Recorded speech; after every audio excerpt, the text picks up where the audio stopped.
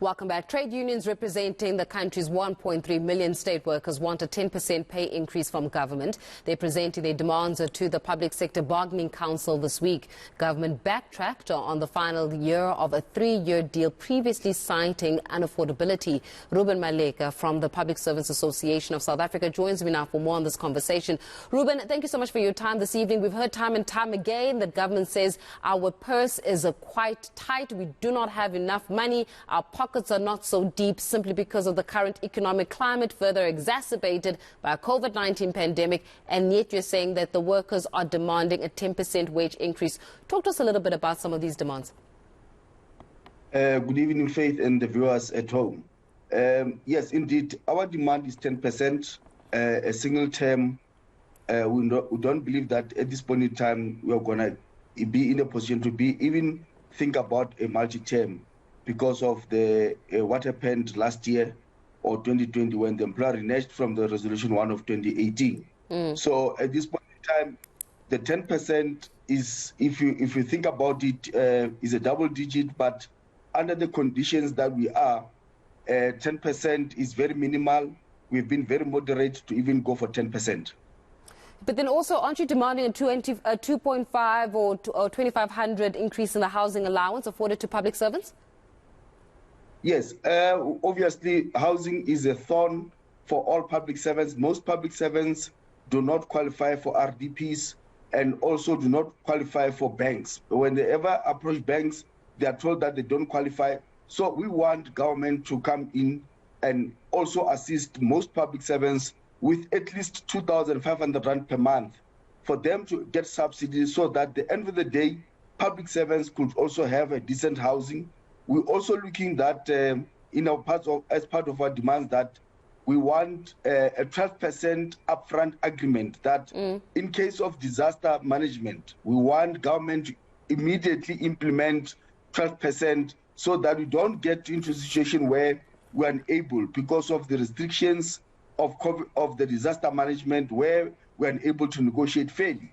So we're also looking to see that at the end of the day, the government absorbs all health workers that are temporary workers. We call them community health workers. We also want to absorb all, police officers, the reserve police. We also want to see that government absorb all, assistant teachers in schools, because we have seen through COVID and up until right now that those are required personnel in the in the public service, and we know that the public service has been depleted. Government has not been feeling imposed. We also demand that the next 6 months, we want government to start filling all vacant positions in the public service. Help me out here, Ruben. How are you expecting government to actually respond to these demands? I mean, this is at the back of the fact that, and correct me here, this demand of 10%, is it not above consumer inflation? Secondly, we know that when it comes to government, for the 2020-2021 financial period, they were offering a 1.5% wage progression or pay progression in that right. You're saying that we want 10%. They've already explained that they can't do this. They've given you guys 1.5%. How do you think they're going to respond to these demands now? Look, the previous year was one of the difficult years that we negotiated under very difficult conditions of COVID regulations, where we know that our rights, the fundamental right to strike, was also limited. Hence, you saw it was a question of you grab and run with that 1,000 rand that was given as a cash allowance. But at this point in time, we know that we're not at that stage. And the 10%, if I can unpack it, is informed by the fact that you know that the inflation is almost 6%, is 5.9%. You know that Moody's, the rating agency, has already predicted that South African inflation will go higher, up to more than 8%.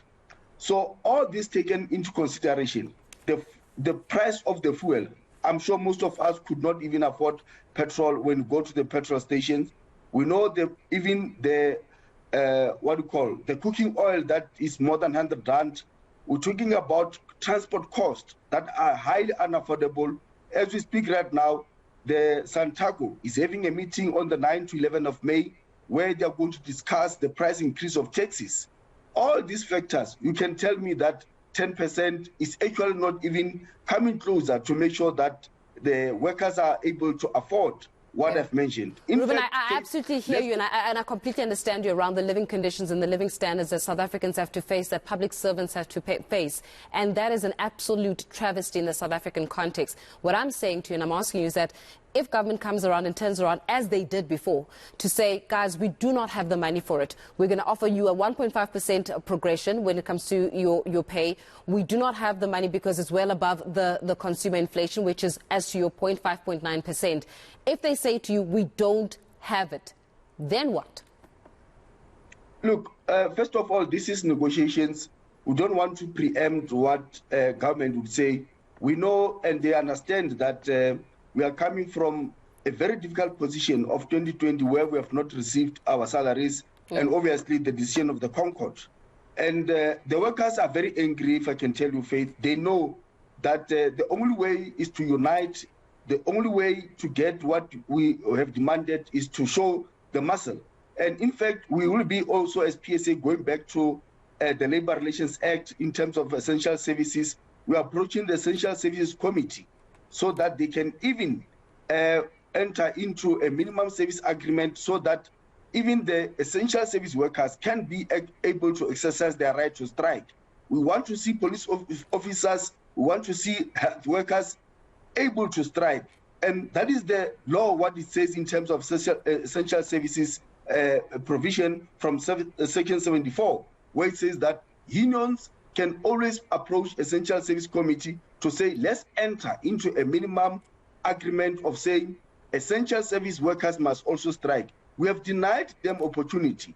It's time, and this is the moment when the public servants must unite and obviously get what they deserve. You cannot also deny the fact that as we speak right now, this beginning of the year, Eskom made a demand of 20.5% and they received 15%.